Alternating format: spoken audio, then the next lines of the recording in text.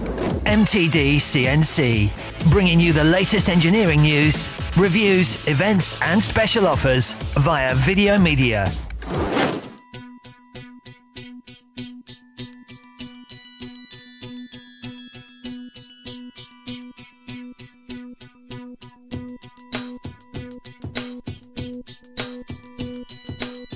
So Stuart, we come here to look at a fairly revolutionary engraving process. You're using the indexable engravers from Nine here.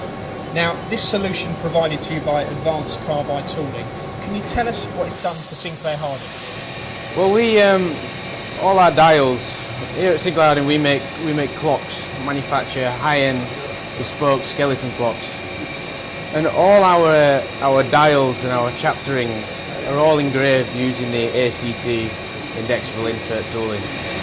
Okay, but this must be a process you've only adopted of late, and you must have done it differently in years gone by.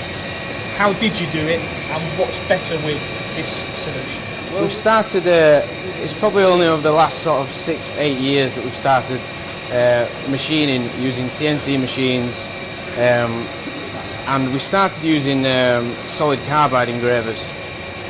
And we found that they were great. When we first started using them, they were good. They were good enough for us. But we always wanted to push ourselves a little bit. And so that's when we came across the indexables. And it's probably over the last 18 months, 2 years, we've started using indexable tooling. So is this your first experience in purchasing products from Advanced Carbide Tooling, or have you got a history of using their services? No, we've used them before. Like I said, we've been using Advanced Carbide Tooling for 18 months. And that's not just the engravers. We also use an indexable 90-degree chamfer tool, which is great because not only is it a chamfer tool, it's a spot drill as well. And there's little tricks and little things like that where you're saving the amount of tools you've got to set if you can double that up in the program, spotting and chamfering.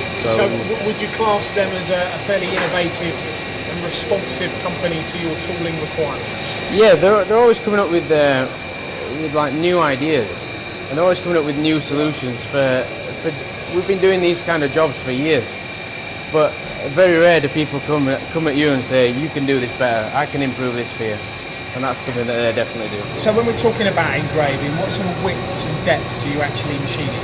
Well, we generally use a 0.15 diameter insert. It's normally 60 degrees. We machine around between 0.2 and 0.3 millimeters deep.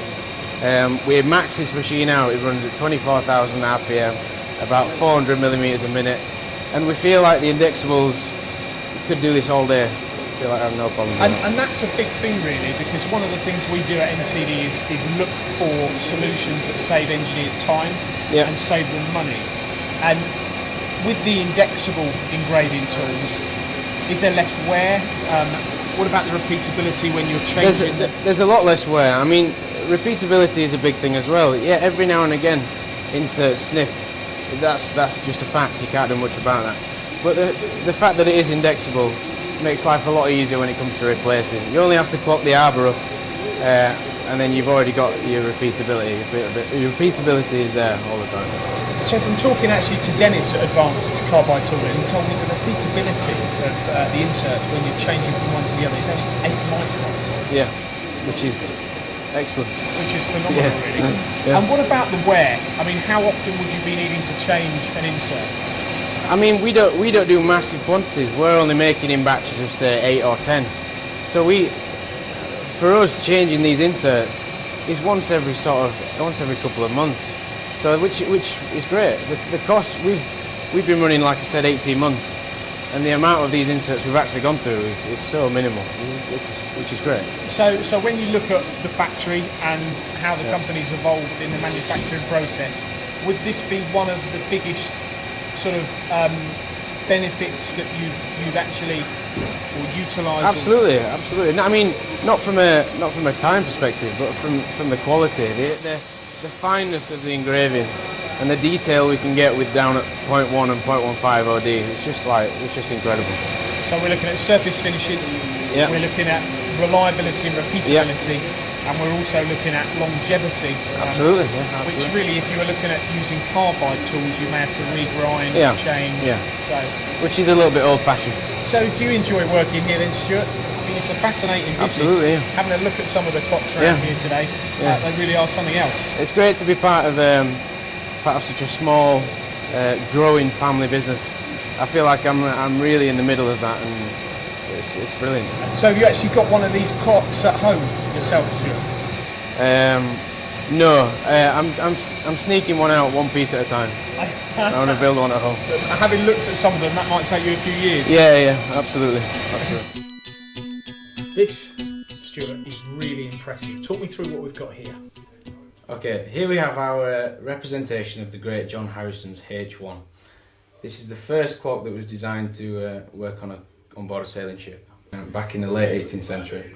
And it's completely mechanical. Completely mechanical, apart from a small electric motor underneath the table. Now, the only reason that is there is to produce this rocking effect. So it just uses a motor and a counterweight. So all the componentry, is that made in-house? 99% of these parts are made in-house. So all the chapterings, all the hands, all the dial.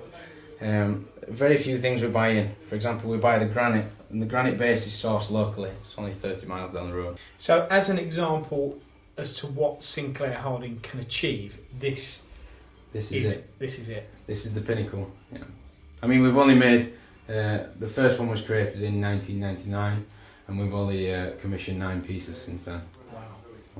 For more videos, products and news, go to mtdcnc.com or follow MTD Online on Twitter.